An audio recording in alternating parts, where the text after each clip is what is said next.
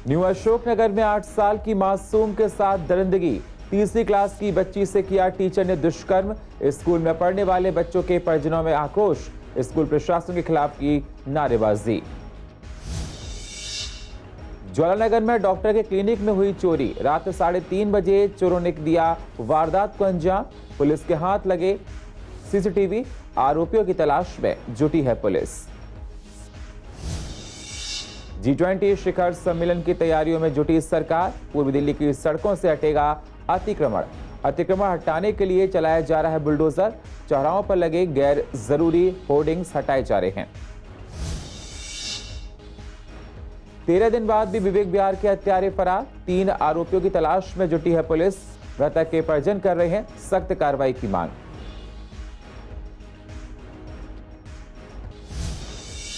और मेयर चुनाव में बनी देरी से पैदा हो रहा है संकट। पार्षदों की सदस्यता भंग होने की आशंका। पार्षद संदीप कपूर और महेंद्र आहूजा का कहना, संपत्ति जमा करवाते ही टल जाएगा संकट। नमस्कार, स्वागत है आप सभी का CCN में। मैं हूं आपके साथ सुनील चौहान। आप देख रहे हैं पूर्व दिल्ली खास। अब होते हैं रूबरू पूर्व दिल्ली की अहम खबरों के साथ। दिल्ली में क्राइम का ग्राफ तेजी से बढ़ता जा रहा है और आए दिन ऐसी वारदातें सामने आती हैं जिसको सुनकर ही रूह कांप जाती है। ताजा मामला पूर्व दिल्ली के न्यू अशोकनगर इलाके का है, जहां एक 8 साल की मासूम बच्ची के साथ स्कूल टीचर ने रेप की वारदात को अंजाम दिया। आरोप है कि स्कूल के गेम्स टीचर ने उसके साथ दरिंदगी की और पुलिस ने आरोपी के खिलाफ रेप और पॉक्सो एक्ट के तहत मुकदमा दर्ज कर लिया है और पूरे मामले की जांच में जुटी है। स्कूल में दुष्कर्म की घटना से परिजनों में रोष है। मामले की जानकारी मिलते ही काफी संख्या में स्कूल में पढ़ने वाले बच्चों के परिजन भी स्कूल के बाहर जमा हो गए और स्कूल प्रशासन के खिलाफ नारेबाजी की। इसी संबंध में जिला की डीसीपी अमृता गोगुलोत ने बताया कि पीड़िता की काउंसलिंग और मेडिकल जांच की जा रही है। फिलहाल आरोपी पुलिस की गिरफ्त से बाहर है, लेकिन पुलिस इस पूरे मामले की गंभीरता को देखते हुए आरोपी की तलाश में जुटी हुई है। पुलिस वाले ने तो अब एक्शन ले ही रहे हैं। पुलिस वाले ने तो एक्शन ले रहे हैं। आज 3 दिन के बाद पता चली है तो यहाँ पे पुलिस वाले आए हुए हैं। कब का मामला है ये? शनिवार का मामला है सर। जिस लड़की के साथ ऐसा हुआ है उस लड़की के माँ को कही है कि आप कुछ पैसे लेकर के इस बात को दबा दो। सर क्या ये बात दबाने वाली है? आज एक लड़की के साथ हुई है, कल और भी लड़कियों के साथ होगी। ये गलत है कि नहीं है? पूर्व दिल्ली में चोरी के मामलों में लगातार इजाफा हो रहा है। ताजा मामला शादरा जिला थाना विवेक बिहार के अंतर्गत ज्वालानगर का है, जहां एक डॉक्टर के क्लिनिक में चोरों ने चोरी की वारदात को अंजाम दिया है। पीड़ित डॉक्टर ने बताया कि उसे सुबह 6 बजे पता चला कि उसके क्लिनिक का ताला टूटा हुआ है। क्लिनिक पर पहुंचने के बाद उसने सीसीटीवी फुटेज खंगाले तो देखा करीब 3:30 बजे चोर उसकी दुकान का ताला तोड़कर दुकान के अंदर घुसे और LED स्पीकर जैसे कुछ केस क्लिनिक में सामान रखा हुआ था वो लेकर वहां से फरार हो गए। डॉक्टर के मुताबिक उसके क्लिनिक में तीसरी चोरी है। इससे पहले 2 बार उसके क्लिनिक में चोरी हो चुकी है, जिसकी शिकायत पुलिस में दी गई थी। पूर्वी दिल्ली में चोरों के हौसले इतने बुलंद हैं कि वो दिन दहाड़े हो या सुबह के टाइम चोरी करने से नहीं कतराते। खासकर घर में चोरी हो या दुकान में चोरी, पूर्वी दिल्ली के चोर किसी भी जगह चोरी करने से नहीं कतराते हैं। फिर पूर्वी दिल्ली के चोरों में खासकर CCTV का भी कोई खौफ मौजूद नहीं है। इस टाइम मैं मौजूद हूँ ज्वालानगर में, जहाँ एक डॉक्टर के क्लिनिक में चोरों ने चोरी की और चोरी की वारदात को अंजाम दिया। मेरे साथ मौजूद हैं डॉक्टर जिनकी दुकान में चोरी हुई, तो उनसे जानते हैं सर किस टाइम की वारदात है और कितने लोग थे इसमें? कैमरा जो है वो 3:10 पर शो कर रहा और एक आदमी जो लॉक है वो ब्रेक कर रहा, उसके बाद एंट्री करी। फिर उसने LED वगैरह रिमूव करी, जो भी इक्विपमेंट थे वो उठाए। जी। अच्छा सर, पहले भी क्या ऐसी वारदात हुई है क्या इलाके में, या आपके साथ पहले भी कोई? मेरे क्लिनिक में तीसरी बार हुआ। 6-7 साल पहले लैपटॉप उठाया था, जब भी ताला ही तोड़ा था। सर कितने लोग नज़र आ रहे हैं CCTV में? 2 या 3। अच्छा, क्या क्या चोरी करके लेके गए हैं? आज में LED गई, म्यूजिक सिस्टम का और 3500 रुपये कैश गए। सर कौन सा थाना लगता है? विवेक बिहार, थाना विवेक बिहार, थाना विवेक बिहार। पुलिस वालों को क्या कहना है कि लगातार चोरी आपके एरिया में, आपकी दुकान में ही हो रही है? नहीं, वो कहते हैं कि ये एरिया में होती है, हम कंप्लेंट पे इमीडिएटली जाते हैं, रिएक्ट करते हैं और अकॉर्डिंग टू कंडीशन सर्च करते हैं हम लोग। सर आपको कैसे पता लगा चोरी का? मेरे दोस्त हैं डॉक्टर RK शर्मा, वो इधर से मॉर्निंग में निकल रहे थे, उन्होंने मेरे को कॉल किया 6:30 बजे। जैसा कि हमारे साथ मौजूद थे डॉक्टर पीड़ित, जिन्होंने बताया कि उनके साथ लगातार ये तीसरी वारदात है इसी दुकान के अंदर। इससे पहले भी 2 बार उनकी दुकान में चोरी हो चुकी है और इस बार भी लगभग 3:30 बजे के आसपास का समय था जो सीसीटीवी में देखा जा सकता है। उस समय चोर आए और दुकान का ताला तोड़ने के बाद एलईडी और स्पीकर और कुछ कैश जो रखा हुआ था वो यहाँ से लेकर फरार हो गए। डॉक्टर पीड़ित ने बताया कि लगभग 5 ताले थे दुकान के जो तोड़े गए हैं। उसके बाद चोर अंदर घुसे हैं और लैपटॉप इससे पहले चोरी करके लेके गए थे। इस बार एलईडी और स्पीकर और कुछ कैश जो रखा था वो यहाँ से लेकर फरार हो गए। कैमरामैन नवीन के साथ अहरार चौधरी, CCN। G20 शिखर सम्मेलन से पहले सड़कों को अतिक्रमण मुक्त करने की योजना है। दिल्ली को स्वच्छ और सुंदर बनाने के लिए MCD विशेष अभियान चला रही है। पूर्वी दिल्ली में भी इसका असर देखने को मिल रहा है। पूर्वी दिल्ली में भी इस शिखर सम्मेलन की तैयारियां बड़े धूमधाम से चल रही हैं। इसी को लेकर सरकार भी सख्त है। दीवारों, मेट्रो पिलर आदि पर चिपके पोस्टर, चौराहों पर लगे गैर जरूरी होर्डिंग्स हटाए जा रहे हैं। कूड़े और मलबे की साफ सफाई कराई जा रही है। इसी संबंध में MCD के DC संजीव कुमार मिश्रा ने बताया कि इस अभियान के तहत हम जगह जगह अतिक्रमण और पोस्टर को हटा रहे हैं। दोनों टाइप के अतिक्रमण है। कुछ तो टेम्पोररी अतिक्रमण है जिसमें रेडी वाले, खेमचे वाले बैठे हुए हैं, रिक्शे वाले हैं, और कुछ लोगों ने अपने दुकानों को आगे बढ़ा लिया है। तो हम दोनों तरह के अतिक्रमण रिमूवल कर रहे हैं। तत्काल हमारा प्रोग्राम फरवरी तक है, 28 फरवरी तक। आगे भी जरूरत होगी बढ़ाएंगे। पूर्व दिल्ली के विवेक विहार में 26 जनवरी को एक मामला सामने आया था, जहां पर कुछ लड़कों ने सुरजीत नाम के एक शख्स पर चाकू से हमला किया था। अस्पताल ले जाने के बाद उसे मृत घोषित कर दिया गया। अब इस मामले में पुलिस ने 3 आरोपियों को गिरफ्तार कर लिया है और अन्य आरोपी की तलाश जारी है। हमारे संवाददाता मोहित शर्मा ने जब सुरजीत के माता पिता से बात की तो उन्होंने कहा कि पुलिस की तरफ से हमें ये जानकारी मिली है कि 3 लोगों को पुलिस ने गिरफ्तार किया है और अन्य 3 लोगों की तलाश जारी है। हालांकि पुलिस के हाथ मामले का CCTV भी लग चुका है। पुलिस फिर भी अभी 3 आरोपी पुलिस की गिरफ्त से बाहर चल रहे हैं। मृतक के पुलिस से जल्द कार्रवाई करने की मांग कर रहे हैं जो मृतक के परिजन हैं। साथ ही उनका कहना है कि आरोपियों को फांसी और उम्र कैद की सजा दी जाए। सर, हम गए थे थाने, HSO साहब मिले थे, उन्होंने हमें आश्वासन दिया है कि 3 लोग तो हमने पकड़ लिए हैं, तो 3 जो फरार हैं उन पर भी दबिश मार रही है पुलिस। उसके लिए टीमें बनाई गई हैं और उसको बहुत जल्दी हम गिरफ्तार कर लेंगे। तो HSO साहब के आश्वासन पे ही हम बैठे हुए हैं, लेकिन अभी तक इस बात को लेकर के आज 14, 12, 15 दिन हो गए हैं, लेकिन 3 पकड़े गए और 3 नहीं पकड़े गए। और उनकी फ़ोटो भी अवेलेबल है पुलिस के पास, CCTV में आए हैं कैमरे में, वो भी अवेलेबल है उनके पास।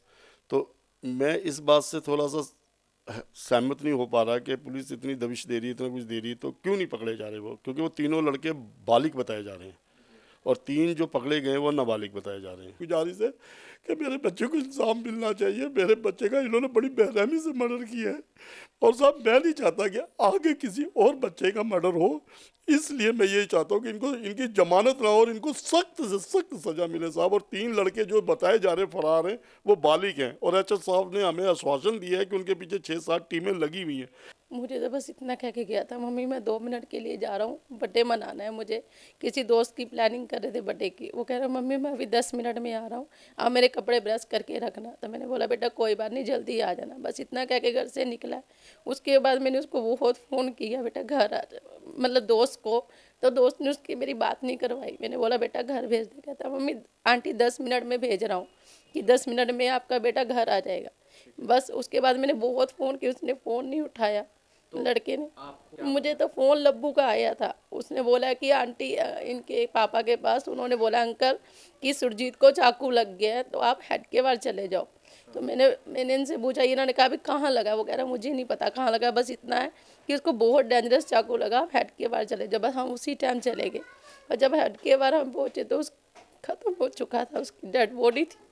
मैं तो यही चाहती हूँ मेरे बच्चे को इंसाफ मिले मुझे, कि मेरे बच्चों को कातिलों को फांसी की सजा दें। शपथ लेने के बाद 1 महीने के अंदर चुने गए पार्षदों को मेयर के सामने संपत्ति का विवरण देना होगा। अगर सदस्य ऐसा नहीं कर पाते हैं तो उनको अयोग्य करार दे दिया जाता है और उनकी सदस्यता समाप्त हो जाती है। अब दिल्ली में मेयर का चुनाव नहीं हो पाने की स्थिति में अभी एक भी पार्षद इस प्रक्रिया को पूरा नहीं कर सके हैं। अब ऐसे में सवाल ये खड़ा होता है कि मेयर चुनाव में देरी से पार्षदों की सदस्यता भंग होने की आशंका है। इसी कड़ी में जब हमने पार्षद संदीप कपूर और महेंद्र आहूजा से, जो बीजेपी नेता है महेंद्र आहूजा, उनसे बात की तो पार्षद संदीप कपूर ने कहा कि अब 23 फरवरी तक निगम पार्षद अपनी संपत्ति का ब्यौरा सचिव के कार्यालय पर जमा करवा देंगी तो ये संकट टल जाएगा। वहीं बीजेपी नेता महेंद्र आहूजा ने कहा कि इसमें निगम पार्षदों की कोई गलती नहीं है और समय के साथ ये संकट चला जाएगा। एमसीडी में मेयर नहीं बन पा रहा है क्योंकि आम आदमी पार्टी लगातार उसमें व्यवधान पैदा कर रही है, लेकिन इसके साथ साथ निगम पार्षदों पे एक संवैधानिक संकट आ गया क्योंकि एमसीडी एक्ट 1957 के हिसाब से निगम पार्षदों को शपथ लेने के 1 महीने के अंदर अंदर अपनी चल अचल संपत्ति का ब्यौरा मेयर के पास जमा करवाना पड़ता है, लेकिन मेयर है नहीं। लेकिन इसका हल भी निकाल लिया है, 1-2 दिन में इस पर नोटिफिकेशन निकल जाएगी तो जो संवैधानिक संकट सदस्यता पे आ रहा था वो खत्म हो जाएगा। सभी निगम पार्षद अपनी चल अचल संपत्ति का ब्यौरा सचिव कार्यालय में जमा करवा सकते हैं। निगम पार्षदों के शपथ ग्रहण कर चुकने के 30 दिन के अंदर अंदर सभी निगम पार्षदों को अपनी व अपने आश्रितों की संपूर्ण संपत्ति का ब्यौरा मेयर साहब के कार्यालय में जमा कराना होता है। अब जब मेयर साहब चुने ही नहीं गए तो ये ब्यौरा कहाँ जमा होगा, इसके ऊपर कानून नियम मौन है। इसके कारण से इनकी सदस्यता जाने का कोई खतरा नहीं है क्योंकि इसमें निगम पार्षदों की कोई गलती नहीं है। एलजी साहब कानून अथवा नेचुरल लॉ ऑफ जस्टिस मिलकर इसका रास्ता निकाल देंगे और पार्षदों को और अधिक समय मिल जाएगा या तो संपत्ति का ब्यौरा जमा कराने के लिए अथवा वो हो सकता है एलजी के कार्यालय में जमा कराकर ये काम चल जाए। दिल्ली परिवहन विभाग की ओर से जो नई गाइडलाइंस जारी की गई है उसके तहत दिल्ली में ऑटो और टैक्सी चलाने वालों को अब यूनिफॉर्म न पहनने पर 10,000 रुपए चुकाने पड़ सकते हैं। लेकिन इस दिशा निर्देश के जारी होने के बाद क्या वाकई ऑटो चालकों ने अपनी यूनिफॉर्म पहनना शुरू कर दिया? ये देखने के लिए हमारी संवाददाता सोनिया शर्मा ने पूर्व दिल्ली की सड़कों पर जाकर देखा तो अभी भी ऑटो चालक इस नियम का पालन नहीं कर रहे हैं। कुछ ने साधारण कपड़े ही पहने हुए थे तो कुछ ने आधी यूनिफॉर्म। ऐसे में जब हमने उनसे बात की तो उन्होंने बताया कि चालान बहुत ज्यादा है। पहले भी यूनिफॉर्म ना पहनने पर चालान था, लेकिन अब 10,000 चालान करने की बात कही गई है, जो काफी ज्यादा है। कई बार ऐसा होता है किसी कारणवश हम यूनिफॉर्म नहीं पहन पाते हैं, तो ऐसे में इतना चालान भरना हमारी जेब पर बहुत असर डालेगा। 10,000 मैडम, पहले चालान था मैडम, उसका चालान हुआ 100 रुपये का, फिर फाइन हुआ भाई 600 रुपये का। अब फाइन देखो भाई कितने का हो गया। इंसान भाई बच्चे पालेगा अपने या चालान के पैसे देगा, मुझे बताइए आप। मैम ये तो गवर्नमेंट के नए नए रूल आ रहे हैं बार बार। अब जैसे ड्रेसेस पे कर रहे हैं ये लोग, वैसे तो ज़रूरी है, कंपलसरी होना चाहिए एक ड्राइवर के लिए। ड्रेसेस से उसकी पहचान होती है कि हाँ ये ऑटो ड्राइवर है या कैब ड्राइवर है। बट इसके जो चालान है जो इनके मतलब इतने कॉस्टली कर दिए इन्होंने, बहुत ज़्यादा महंगे कर रहे हैं। 10-10 हज़ार रुपये के चालान ऑटो वाला कहाँ से भरेगा 10-10 हज़ार का? तो ये थोड़ा सा कम होना चाहिए चालान। हमें पता नहीं था अभी जी, अब पता लगा तो कल से यूनिफॉर्म पहनेंगे। 10,000 रुपये का बता रहा, कहीं गलत है ये। अमाउंट ज़्यादा है, बहुत ज़्यादा है, इतना चालान नहीं होना चाहिए, कमी करनी चाहिए इसमें। तो पहले तो शुरू में 100 रुपये का चालान होता था, 50 का 100 का होता था, अब ज़्यादा 200 करने वाले, इससे ज़्यादा होना नहीं चाहिए, बल्कि कमी होना चाहिए। अब हमें अभी पता नहीं था, अभी हमें पता लगा है ना, अभी तो आज ही। और कईयों को पता है, अभी नहीं पता किसी को भी, कई जगह ऐसी है जिनको नहीं पता। और जैसे पता चलेगा तो सब वर्दी पूरी पहन के आएंगे। पहले नहीं पहनते थे लोग, लेकिन अब पहननी चालू कर दें। पूर्व दिल्ली के कई इलाकों में सड़कों के साथ साथ पार्कों की हालत भी बेहद खराब है। पार्क जो लोगों की सुविधाओं के लिए बनाए जाते हैं, तो वहीं केशव पार्क लोगों की मुसीबत बढ़ा रहा है। लोग पार्कों से उम्मीद करते हैं कि उन्हें अच्छी सुविधा मिले, बच्चे बुजुर्गों के लिए अच्छा माहौल हो। वहीं केशव पार्क की हालत ऐसी है कि झूले टूटे पड़े हैं। स्विमिंग पूल तो बना है, लेकिन वहां छठ पूजा के समय पानी अभी तक उसका भरा हुआ है। उसकी ना तो कोई सफाई हुई है और ना ही प्रशासन इस पर ध्यान देता है। वहीं जिस वजह से गंदे पानी पर मच्छर पनपते हैं, साथ ही बीमारियों का खतरा मंडरा रहा है और गार्ड न होने की वजह से असामाजिक तत्वों का जमावड़ा इलाके में लगा रहता है। पानी भरे हुए तो मच्छर के बच्चे होते हैं, लोग वहाँ गंदगी करते हैं, खाना खाते हैं, उसी में डाल देते हैं कूड़ा कर। ये वो छठ पूजा हुई थी जब तक पानी भरा हुआ। बीमारियों का डर तो होता ही है जी पूरा। नहीं लाइटें तो रहती है जी, पर यहाँ पर रात को सिस्टम गलत है, कोई गार्ड वार्ड नहीं है, कुछ शराब वराब पीते लोग, वक्त जुआ खेलते हैं, गंदगी बहुत रहती है जी। देखो आप देख रहे हो सामने कितनी गंदगी है, बस सफाई होनी जरूरी है जी। ये तो एमसीडी को सोचना चाहिए। बीमारी तो होती है इस पानी में, और क्या है। कब से पानी भरा हुआ इसमें ऐसे? ये 1 आध साल हो गए कम से कम। ऐसी निकासी वगैरह नहीं है पानी? बिल्कुल नहीं, ये तो मैं कई साल से देख रहा हूँ, पानी नहीं निकलता है, सूख जाता है, बाकी निकलता नहीं है। जी ऐसे कैसे जानेगा कोई कैसी बीमारी हो रही है? गंदगी से तो बीमारी होती है, वो तो हवा चलती सब जगह, और यहाँ कोई देखभाल नहीं है। ये सीटें वगैरह तोड़ के ले गए यहाँ से, जो बैठे थे, अब 2-4 और रह गए, सब तोड़ के ले आ रहे हैं। कोई देखभाल यहाँ पर नहीं है। अभी तो बेकार है बिल्कुल, वो पानी भी भरा रहता है, वहाँ पर काई जम रही है पानी में, बहुत काला हो रहा पानी, गंदा। दिल्ली सरकार ने नर्सरी केजी में एडमिशन को लेकर प्राइवेट और सरकारी स्कूल में अलग अलग नियम बना रखे हैं। आरसी जैन का कहना है कि दिल्ली सरकार नर्सरी केजी ईडब्ल्यूएस के बच्चों के साथ भेदभाव करती है। दिल्ली सरकार जब अपने स्कूल में एडमिशन करती है तो नर्सरी केजी के लिए उम्र डिसाइड किए हुए है, उस नियम के हिसाब से एडमिशन करती है। लेकिन जब बात प्राइवेट स्कूल में एडमिशन की आती है तो ईडब्ल्यूएस के बच्चों के लिए नियम अलग करती है। ईडब्ल्यूएस के लिए उम्र बढ़ाने की बात सरकार कर रही है, इससे काफी बच्चों पर असर पड़ेगा, उनके फ्यूचर पर। दिल्ली सरकार से अनुरोध है, पूरी दिल्ली में एक जैसे एज होनी चाहिए एडमिशन के लिए, ये सब नियम एक से हों। दिल्ली सरकार अपने स्कूलों में जब नर्सरी के बच्चों को दाखिल करने की उम्र तय करती है, वो 3 और 4 के बीच का बच्चा होना चाहिए। केजी के लिए 4 और 5 के बीच का बच्चा होना चाहिए, और फर्स्ट के लिए 5 और 6 के बीच की एज होनी चाहिए।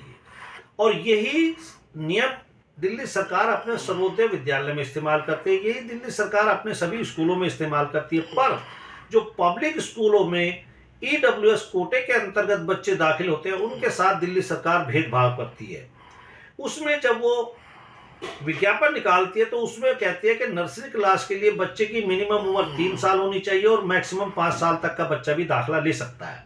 केजी के लिए मिनिमम उम्र 4 साल होनी चाहिए और मैक्सिमम उम्र 6 साल होनी चाहिए। इसी तरह क्लास फर्स्ट के लिए मिनिमम उम्र 5 साल और मैक्सिमम उम्र 7 साल होनी चाहिए। इस प्रकार से 1 साल जो इन ईडब्ल्यूएस बच्चों के लिए दिल्ली सरकार बढ़ा रही है, उसका सीधा सीधा असर ऐसे बच्चों के ऊपर, जब ये बच्चे 10th क्लास में पहुंचेंगे या 12th क्लास में पहुंचेंगे या आगे एग्जाम देंगे, तो वहां इनको इससे बड़ा नुकसान होगा। और पूर्व दिल्ली की अधिक जानकारी के लिए आप यूट्यूब पर जाकर CCN लाइव को सब्सक्राइब करें और फ्रेश अपडेट लेते रहें। और फिलहाल पूर्व दिल्ली खास में इतना ही, बाकी खबरों के लिए आप बने रहिए CCN के साथ। तब तक के लिए नमस्कार।